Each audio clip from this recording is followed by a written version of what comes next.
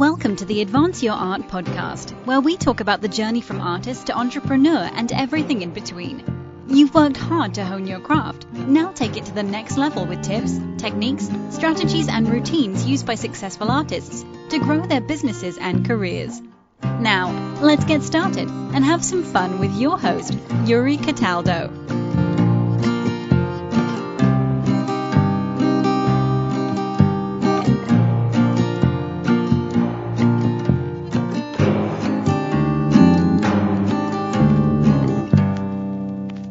Well, hello, Kathleen. Welcome to the show. How are you today? It is great to be here. I am great. That's fantastic. Thank you so much for joining me. I really appreciate it. I'd like to start by asking how do you describe yourself and what do you do? How I describe myself, actually, it's interesting because I run with a group of women, and I just turned 65, and I describe myself as a flipping amazing senior citizen. And, you know, it's interesting because when I was younger, I thought I'm never going to make it to my 60s, so it really doesn't matter what I do. I've made it to my 60s, and I'm healthier now than I've ever been. I'm more active than I've ever been, and I've been running my business for 25 years. I'm a marketing strategist, and I'm actually in the process of making a big shift in my business from general internet marketing and teaching people how to get visibility on the internet to working within the industries of sustainable businesses and green businesses, plant-based eating businesses. Oh, very cool. So, all right, well, so let's start with that one. What made you want to focus on, so green businesses and plant businesses are two separate things. So they are. What made you want to get involved in sustainable, green as well as plant-based businesses versus just businesses in general? Okay, that's a really good question, and it really started when I changed my own eating to plant-based, and that was coming up on a year now, and I've toyed around with it for a while because I'm very into animal rescue, and so I was spouting off how compassionate I am to animals, and then one day it kind of hit me. It's like, oh, there's a major disconnect between what I'm saying and what I'm doing as I eat this critter, and so it was really one of those moments where you have your own eye-opener and your own revelation of like, wow, the things I'm saying to be true and what I'm actually doing in life are really, they're not aligned with one another. Yeah. And so I actually started eating plant-based more for health reasons and compassion to animals. And the further I got into the whole research of what this would do for me as far as my health, the more I realized that this was a good way to eat for the planet. It was good for sustainable living, quite seriously, because there's more that is going to be revealed to me as I go further into it. And when I say sustainable, it's just about putting practices in place and working with companies that help people to live a life that doesn't require that we use so many resources. So if I had to pick between the two, between sustainable and plant-based, I would lean more towards the plant-based, but it really it ties in with sustainable. Okay, sure. So let's back up a little bit. What initially made you want to become a marketing and business strategist? Oh, that's something I'd been doing since I was a kid, quite seriously. I was the first one in the neighborhood when I was probably 6 or 7 years old to have a lawn care business, like a lot of us. I had the lemonade stand. I had the babysitting business. And I had a newspaper at the age of about 8 years old. I had a little print press, and I sold ads for a penny. So it tells you how far back we're going. And I thought I was really good at sales because everybody I approached would buy an ad, and I thought, wow, I must be really good. Well, it was just because they were so cheap. And I think people just felt sorry for me. But actually, when I was in my teens, I was involved in politics at a very early age. That was during the Vietnam War. Okay. And I belonged to a group where we actually raised funds to send Christmas gifts to the soldiers in Vietnam. Regardless of what one's position on the war was, it really was about honoring the soldiers that were over there. And so that started my interest in realizing how much you could influence people if you were passionate about a cause. Mm-hmm. And that led into getting jobs that tied in with marketing and promotions. I worked for a radio station where I did broadcast media sales. I voiced the commercials. It was a small station, so pretty much you could do just whatever you want. As long as you were bringing money in, you could do anything you wanted to. Got involved in one of the first AIDS fundraisers in Sacramento, California in 1981. Was partially responsible for getting the funding for the San Francisco AIDS Foundation in around 1982 or 83. Did stuff for the Cancer Society, and everything revolved around promotions and marketing. And so that just led me on a career path that I had not really intended. It just kind of unfolded that way. Yeah, okay. So in going through kind of what you've worked on, there's a number of mastermind groups that you were a part of throughout the years. Is there one particularly that sticks out as being the most helpful at that time? You know, I'd have to say, Yuri, that all of them have been helpful in their own way.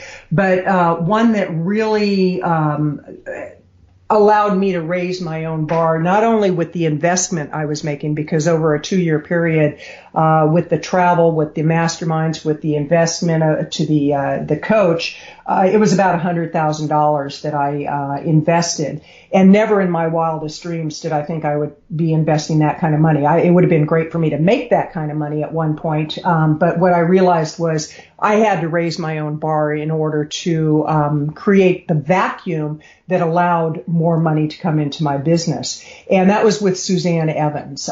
She was one tough coach. And if you crossed her, everybody knew you crossed her. Yeah. And the way that you crossed her was if she would give you strategies and you would have a mastermind or a VIP day with her, and you would be on the phone having your coaching calls, and she would give you great strategies. She had built a $6 million business in about a 2-year period, and you wouldn't apply the information, or you'd push back. And these were the things you said you wanted. So she would give you what you said you wanted, and then you wouldn't do the work. That didn't sit lightly with her.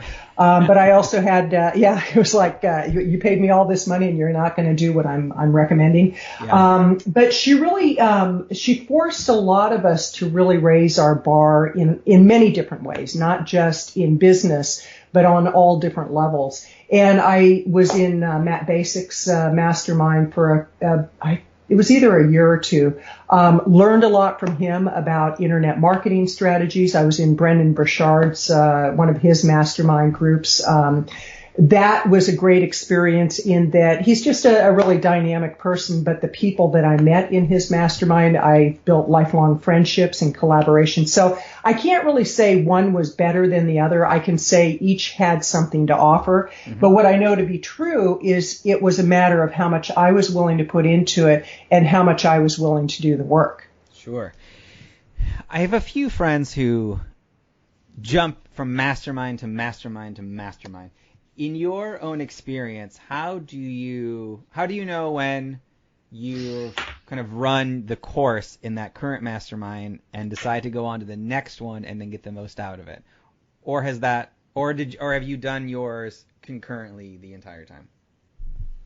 No, I had one coach at a time. I wasn't coach hopping for the purpose of just, I didn't like what the person said, so I'd go find somebody else. I was always very clear on each one had something different to offer to me. So I think that's the distinction, is really knowing what you're looking for. For example, in my personal life, I'm very into running. I started the sport in my 60s, did my first full marathon at the age of 61, and for my 65th birthday, I actually did a half marathon. Well, I've had groups of people. We work together to increase our speed, our stamina, our recovery time, and that could be considered a mastermind. And so for me, I will look for somebody who's an expert at teaching people how to improve their performance with running.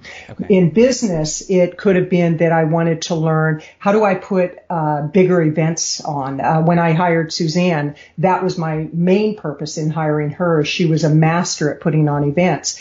And with one idea she gave me, I applied it to an event that I was doing right after I hired her. She gave me one simple idea, and it was on timing of when I made my offer. year, it generated $50,000. Wow. And I was just like, oh my gosh, this woman is brilliant. And I had to give myself credit for being brilliant for listening to her. Yeah. So I think that, each one had a different purpose. Okay. That makes sense. So you decided to start running marathons in your 60s. What? I had nothing better to do. Right, right. And then you went on to doing a sprint triathlon and a half marathon, and which was absolutely amazing. I've done a few sprint triathlons, and they are no easy task. What made you decide to change your focus and decide that you want to be a marathoner in your 60s? Well, I went through an experience that a lot of people my age go through. I lost both my parents, and I was the caretaker of my mom. And I didn't realize how little I took care of myself during that period. I was eating just as terribly as I could eat. I wasn't exercising. I had gained about 60 pounds, and my life consisted of me being by my mom's bedside and creating information products, and I was generating multiple six figures by my mom's bedside.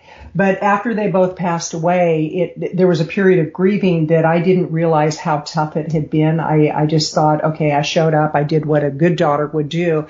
And I mean, I'm forever grateful that I was able to answer that kind of a call at the level I did.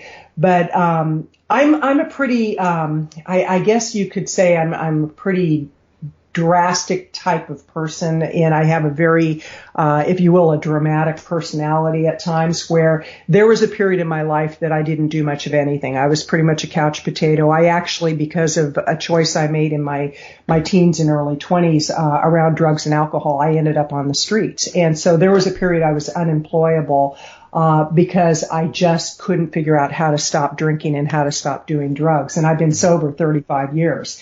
And so my personality is such that I tend to have a very addictive personality. Mm-hmm. And once I made the decision that I was going to change the direction of my health, because my doctor was like, you're getting at an age where you're at a risk of heart attack, stroke, diabetes, and all these things. She's got this laundry list, and she goes, we need to put you on medication. I'm like, no.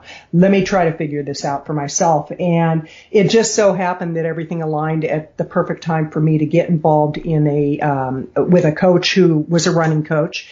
And so that really was more out of necessity of turning my health around than anything. And I don't like to do things half measured. I thought, if I'm going to run, instead of doing a 5K, why don't I just do a full marathon? And unfortunately, the coach really should have told me, no, you shouldn't be doing a full marathon for your first time out. 3 months after I decided to do it, and I was the last person in. Mm-hmm. I practically crawled over the finish line, but it was like I was so determined to finish, because there was a period in my life my word meant nothing. It was like I was always making empty promises. Mm-hmm. And now my word is the most important thing I have. And so if I say I'm going to do something, I'm going to figure out how to do it. And no matter how much it hurts, no matter how long it takes, I'm going to do it. Yeah. That's very inspiring. So I guess, was it at that point where you decided that you wanted to then focus on plant-based eating and then start writing as well? Well, I dabbled with plant-based a few years ago, but I wasn't that serious or committed to it. Okay. And something happened the last time that I made the decision. Something happened where something really big shifted in me, and I just thought, that's it. I will never eat animal products again. I'm just not going to do it. And it felt right at that time. And my writing, I started writing when I was a kid, but my first book was published in 2000, what was it? No, actually it was in late 1998, 99. Okay. So I've been writing for a number of years, and I have several books out. I've done quite well with my writing. Mm-hmm. But as far as writing about plant-based eating, I started a blog just to keep my own level of interest. And it was I love research. research. So I would research something and then I would write some blog posts around it. I started chronicling my own experience. I created an ebook that was the first 90 days of my whole journey, and started a Facebook group. So it really led into more of a way of life than just changing my eating. It was around creating